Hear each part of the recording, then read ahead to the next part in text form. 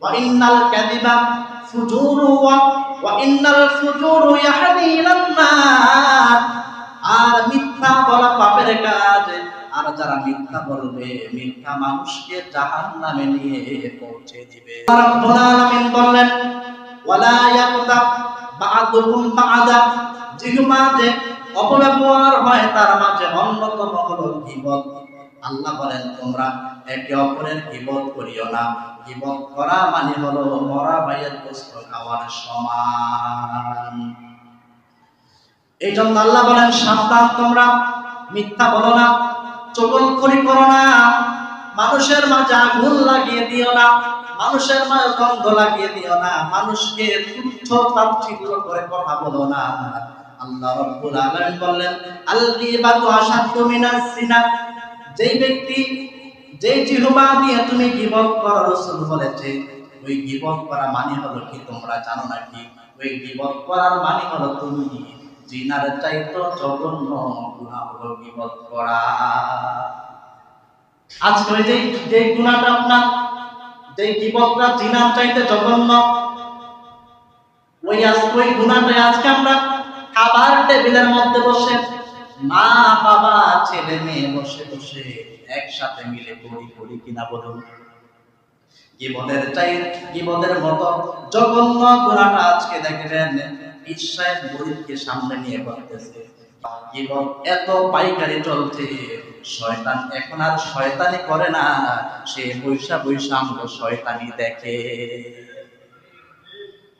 এখন শয়তানি করা লাগে না তো, শয়তান এবার বৈশা আমগো শয়তানি দেখে। শয়তান তো মনে করে আল্লাহ, এটা আমাকে নিয়ে শয়তানি করে, আমি যেটা শিক্ষা দিলে ওইটাও হয় করে। এই গীবত জিনার চেয়ে জঘন্য। এক সাহাবী বলল, ইয়া রাসূলুল্লাহ, ইয়া হাবিবাল্লাহ, কাইফাল গীবাতু আশাদ্দু মিনাজ জিনা। হুজুর, গীবত জিনার চাইতে জঘন্য হয় কেমনে বুঝলাম না।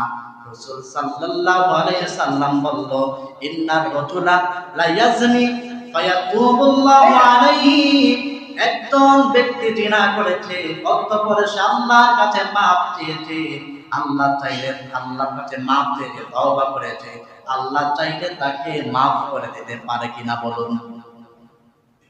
কিন্তু আপনি যে তার গীবত করেছেন, যার সমালোচনা করেছেন, গীবতের গুনাহ, আল্লাহ রাব্বুল আলামিন বললেন গীবতের গুনাহ, ইন্নাস সাহিবাল গীবা লা ইয়াগফিরু লাহু হাত্তা ইয়াগফারা লাহু সাহিবাহু। আপনি যদি কারো গীবত করেন, তারপরে যদি আপনি তওবা করেন, আল্লাহ রাব্বুল আলামিন বললেন, বান্দারে তোমার তওবা করে কোনো লাভ নাই। তুমি যার গীবত করেছো তার কাছে মাফ চাও, সে যদি মাফ না করে তোমার মাফ নাই, তোমার ক্ষমা নাই। এই জন্য কারো পিছনে গীবত করার আগে চিন্তা ভাবনা কইরা চললেন। এখন তো আমরা মানুষ যেটা করে ওইটাও কই, যেটা না করে ওইটাও কই। এমন বিষয় আছে আপনি জানেন না, দেখবেন সমালোচনা হইতেছে রাস্তাঘাটে, আছে না নাই? যার ঘরের মধ্যে হ্যাঁ খবর নেই, হ্যাঁ জানেও না যে আমার ঘরে কি করছে।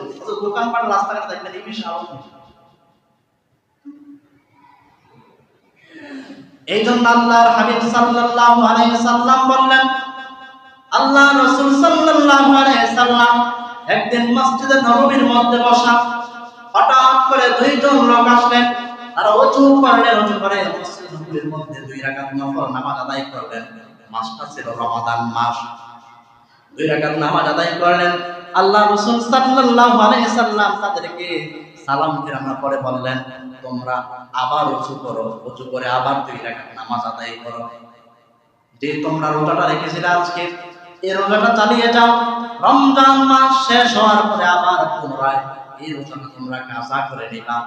তারা বলল, ইয়া রাসূলুল্লাহ, ইয়া হাবিবাল্লাহ, আমরা তো এইমাত্র ওযু করলাম, ওযু করে নামাজ আদায় করলাম, তাহলে আমাদের নামাজটা ভাঙলো কেন, আমাদের রোজাটা ভঙ্গ হলো কেন? আল্লাহর হাবিব সাল্লাল্লাহু আলাইহি সাল্লাম বলল, শোনো, এইমাত্র তোমরা দুইজন এক ভাইয়ের গোশত খেয়ে আসছো, এক মুসলমানের গোশত খেয়ে এসেছো। ওই দুইজন লোক অবাক হয়ে আছে, ইয়া রাসূলুল্লাহ ইয়া হাবিবাল্লাহ, এই কাজ করি না, আমরা মানুষের গোশত খাবো আবার কেমনে? আল্লাহ রাসূল বলল, তার মানে হলো কি তোমরা জানো নাকি এই মাত্র তোমরা দুইজন লোক অন্যের সমালোচনা করেছো, অন্যের বিরুদ্ধে অন্যের বিষয়ে তোমরা গীবত করেছো, তাই তোমাদের ওযুটাও ভেঙে গিয়েছে। ওযু ভেঙে যাওয়ার কারণে নামাজটা বাদ হয়ে গিয়েছে। আর যে রমজান রোজাটা রেখেছো, রমজান রোজাটা বরবাদ হয়ে গিয়েছে। এই জন্য পুনরায় আবার ওযু করে আবার তোমরা নামাজ আদায় করো। যদি এই অবস্থা হয়, ওযু ভেঙে যায়, নামাজও ভেঙে যায়, রোজাও ভেঙে যায়, আর আমরা তো এখন মসজিদ থেকে সালাম ফিরে গীবত, মসজিদে ঢোকার আগেও গীবত আছে না নাই? মনে রাখবেন, আপনি নামাজ আপনি যাই করেন না কেন, মানুষের ঠিক আল্লাহ না করলে আল্লাহ মাফ করবে, কিন্তু গীবতের গুনাহ আল্লাহ কোনোদিন মাফ করবে না। আপনি কিসের তসবিহ করেন, মানুষের বিরুদ্ধে সমালোচনা করেন? আগে জিহ্বার উপরে কন্ট্রোল করেন, আগে জিহ্বাকে নিয়ন্ত্রণ করেন, তারপরে আপনি নামাজি হন ভালো মতো। মানুষের গীবত করলেন, নামাজও পড়লেন, জাহান্নাম ছাড়া কোনো রাস্তা নাই। এই জন্য গীবত এটা বড় মারাত্মক এক বস্তু। গীবতের মতো জঘন্য গুনাহ যেন আল্লাহ আমাদের জবান দিয়ে বের না। হযরত আমর ইবনে আস রাদিয়াল্লাহু তাআলা একদিন ওনার সঙ্গীদেরকে নিয়ে রাস্তা দিয়ে হাঁটতেছে, হঠাৎ করে দেখলেন একটা মরা পোকা গাদা পড়ে আছে রাস্তার কিনারের মধ্যে। ওই গাদার মধ্যে পোকামাকড় পড়ে আছে। আমর ইবনে আস রাদিয়াল্লাহু তাআলা বললেন, ও আমার সঙ্গীরা শোনো, আমি যদি বলি তোমাদের মধ্যে কে আছো এই পচা গাদাটা তোমরা খাবা, কেউ রাজি হয় না। বলো হুজুরটা কেমন করে হয়? এটা জিন্দেগি তো খাবো না, এটা কাছে তো দেওয়া যায় না, খাবো কেমনে? আল্লাহ আমর ইবনে আস রাদিয়াল্লাহু তাআলা বলল, শোনো আমার সঙ্গীরা, কারো গীবত করার চাইতে, সমালোচনা করার চাইতে এই পচা গাদা গোশতকে পেট পুরানো অনেক ভালো। এই পচা গাদা খাওয়া অনেক ভালো, কারো গীবত করার চাইতে।